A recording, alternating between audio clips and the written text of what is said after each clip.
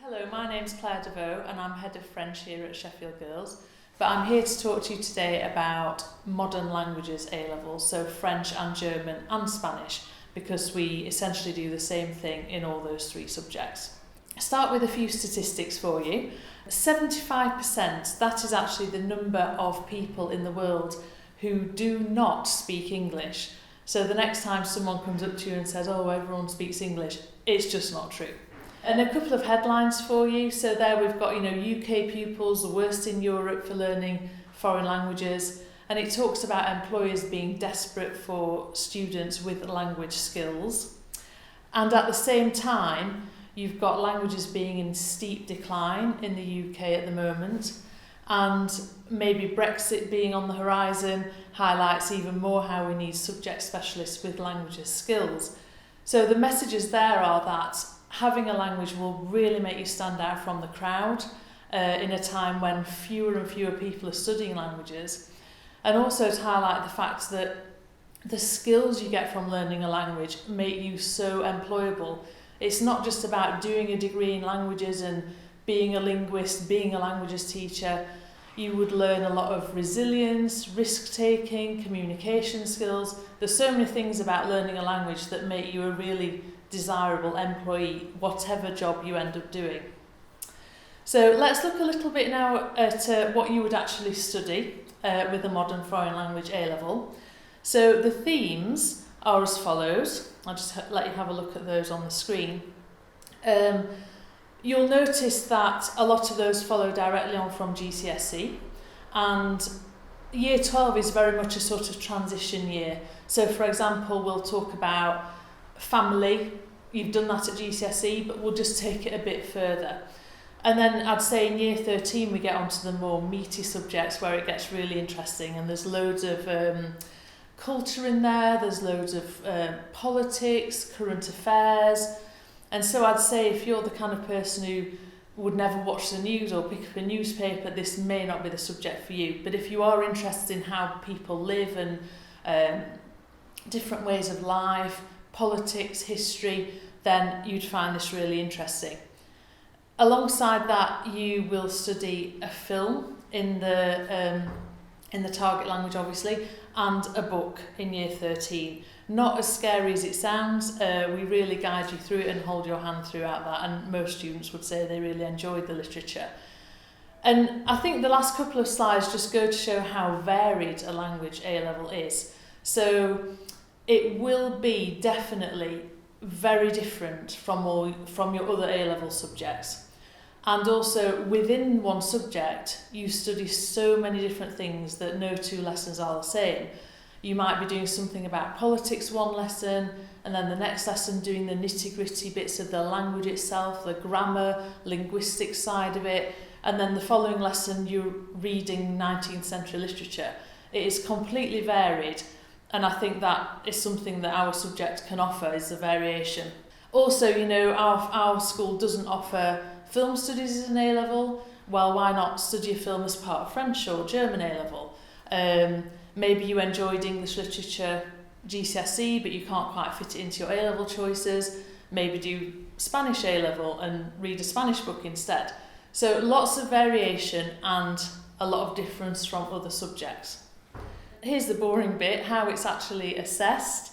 Nothing to be scared of. Look, there's this thing we call it Paper 1. It's got listening comprehension, reading comprehension, and some translating.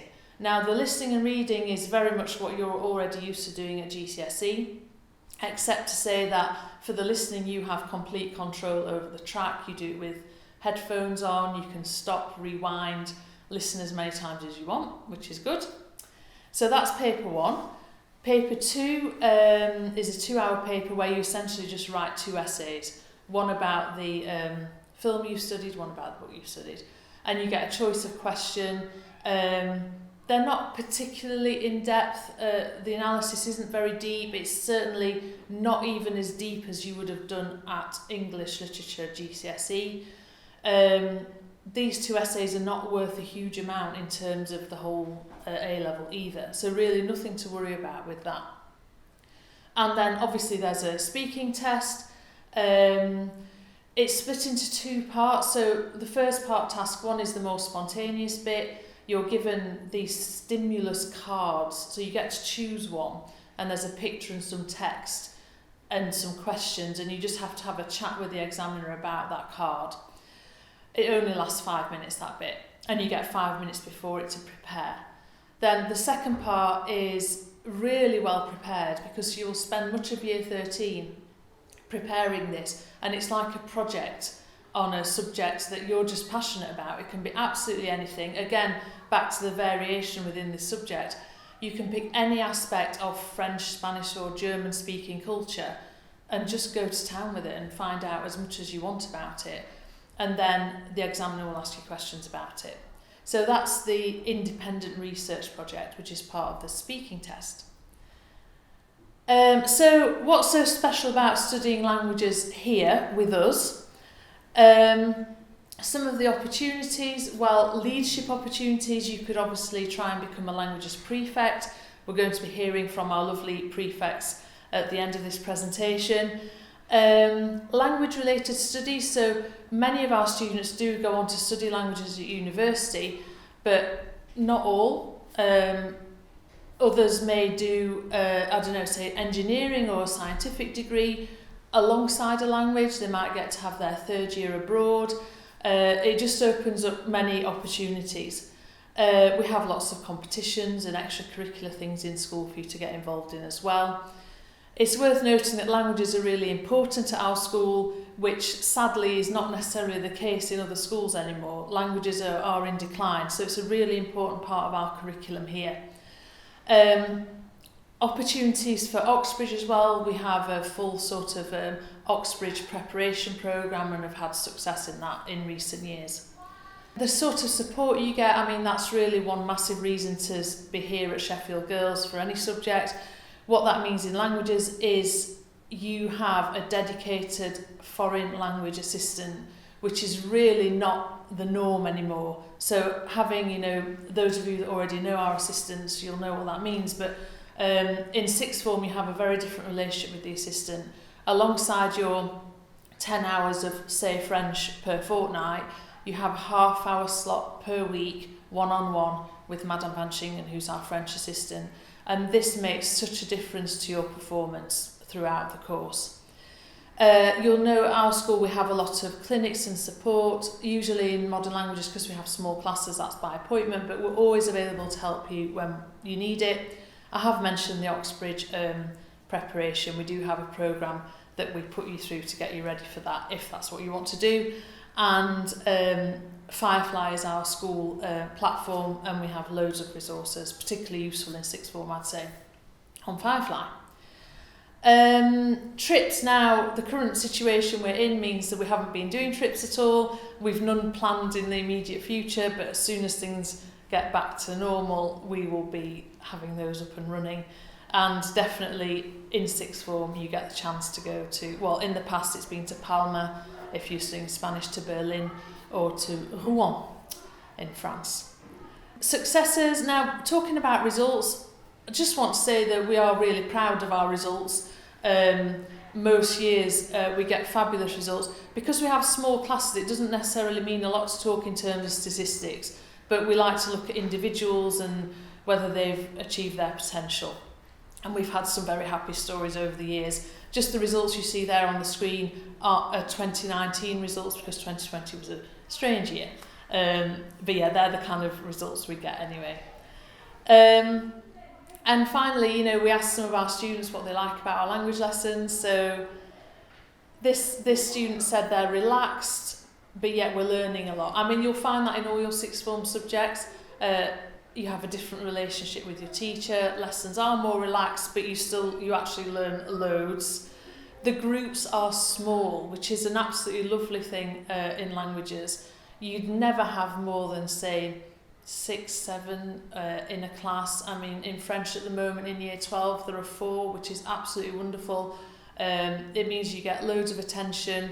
We have great discussions. It makes for a really nice atmosphere. Someone said there it's my favourite lesson. I think also it's just to say, a reminder that your language lesson will probably be very different from your other lessons.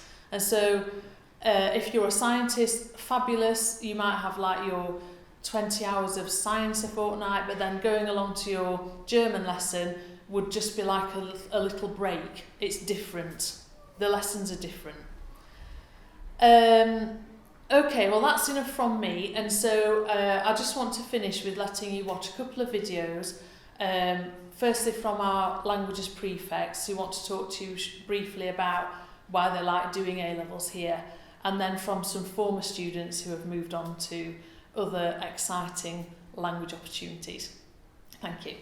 Hi, my name is Lucy and I currently study French and Spanish at A-level, and I have the intention of starting it at university. I'm not sure what career I want in the future, but I know that studying languages will give me a large variety of opportunities. I find the degree very interesting because you get to study the history of languages and literary texts. I'm Cheska and I want to do an economics degree, but all of the degrees that I've applied for have a study abroad year, which is going to be really amazing. Like if you look on any university websites, like the amount of countries you can go to is insane. And especially if you speak the language, you're just going to have the most amazing time there, and you can really connect with people and the culture and just the opportunities that it gives you to even like work abroad. It's just really useful. Hi, I'm Katie and I'm currently studying Spanish A-level. I'm not going to be doing it in university, but from doing Spanish it provides an opportunity to go abroad and do exchanges, which help with communication and language skills, and are just an overall once-in-a-lifetime opportunity, and I've thoroughly enjoyed both of them. Hi, my name's Darcy and I'd like to train to become a commercial pilot, so using my skills from Spanish will really help me if I am based in a Spanish-speaking country. Hi guys, I'm Harriet. I'm a Sheffield Girls alumni and I currently study French and Spanish at the University of Bath. I'm on my third year abroad at the moment, working in Paris for 6 months, and I moved to Madrid at the end of January to start studying there for 6 months. I would encourage each and every one of you to take a language for GCSE and A-level if possible. It's really not just about learning vocab and grammar, it's a lot more than that. You learn a lot about the culture of the countries, you learn a lot about yourself as well as a person, and I find that when I'm speaking French in France or Spanish in Spain, it's like having a different personality. It really is a lot more than just boring vocab and tests, so I would encourage you all to pick up a language at GCSE, continue through with it for A-level, and you'll see that it is an amazing opportunity.